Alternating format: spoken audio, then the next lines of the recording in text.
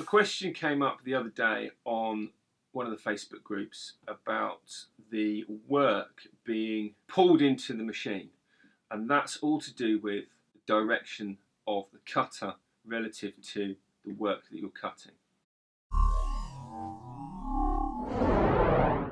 Pretty straightforward running a simple rebate in a piece of timber in terms of what the direction is, because most route tables and most people know that you pass it in a particular direction. In this case, looking at the fence from right to left or away from me because of where I'm stood.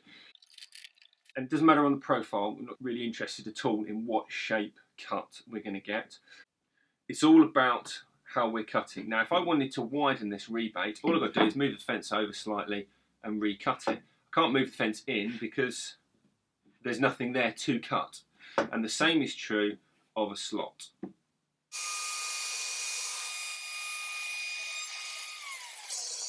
Okay, that's really simple. I don't always have to have exactly the same size cutter of the width of the cut that I want to make. As you've already seen, I've made a smaller rebate than the width of my cutter, but I can also make a wider trench with the same cutter, keep it at the same height, and all I've got to do is move it along.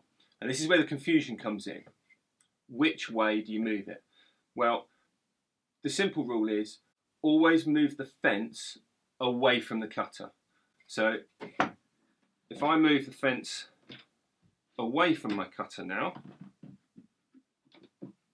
to widen this cut, you'll see that I'm cutting this portion, and it's exactly the same as if I was cutting a rebate. I move the fence away, I move the work in.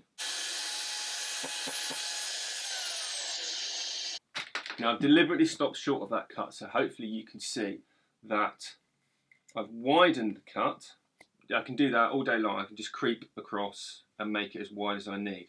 If I was to move the fence in towards the cutter, what I'm doing is I'm going to end up trapping work, i.e. where I'm going to cut, between the inside edge of the cutter and the fence. And this can become dangerous because of the direction of the cutter. And if you want to know more about just the basics of which direction of cut for applications, I've got a video, I'll make a link or something, card, whatever, to talk through the whole lot.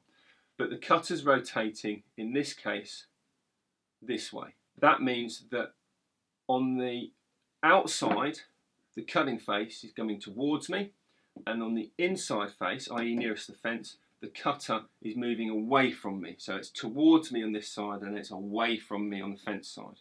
If I put work between the fence and the cutter, that is going to have the effect of cutting with the direction of cut, which is going to cause the cutter to basically act like a wheel and potentially grab the work and make it want to come in with the cutter. Now, that's a climb cut, as some people would refer to it, or a back cut.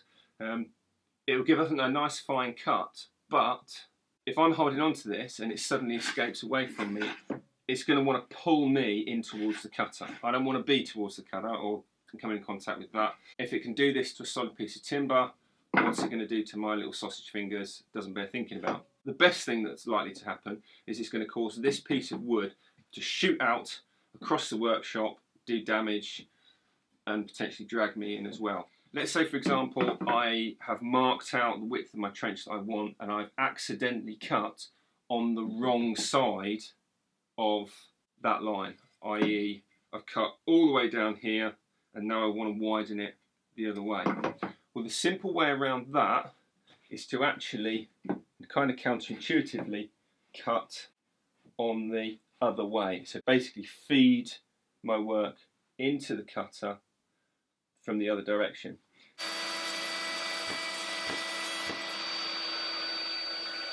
All of these widened on the inside, and the rotation of the cutter is pulling the timber out.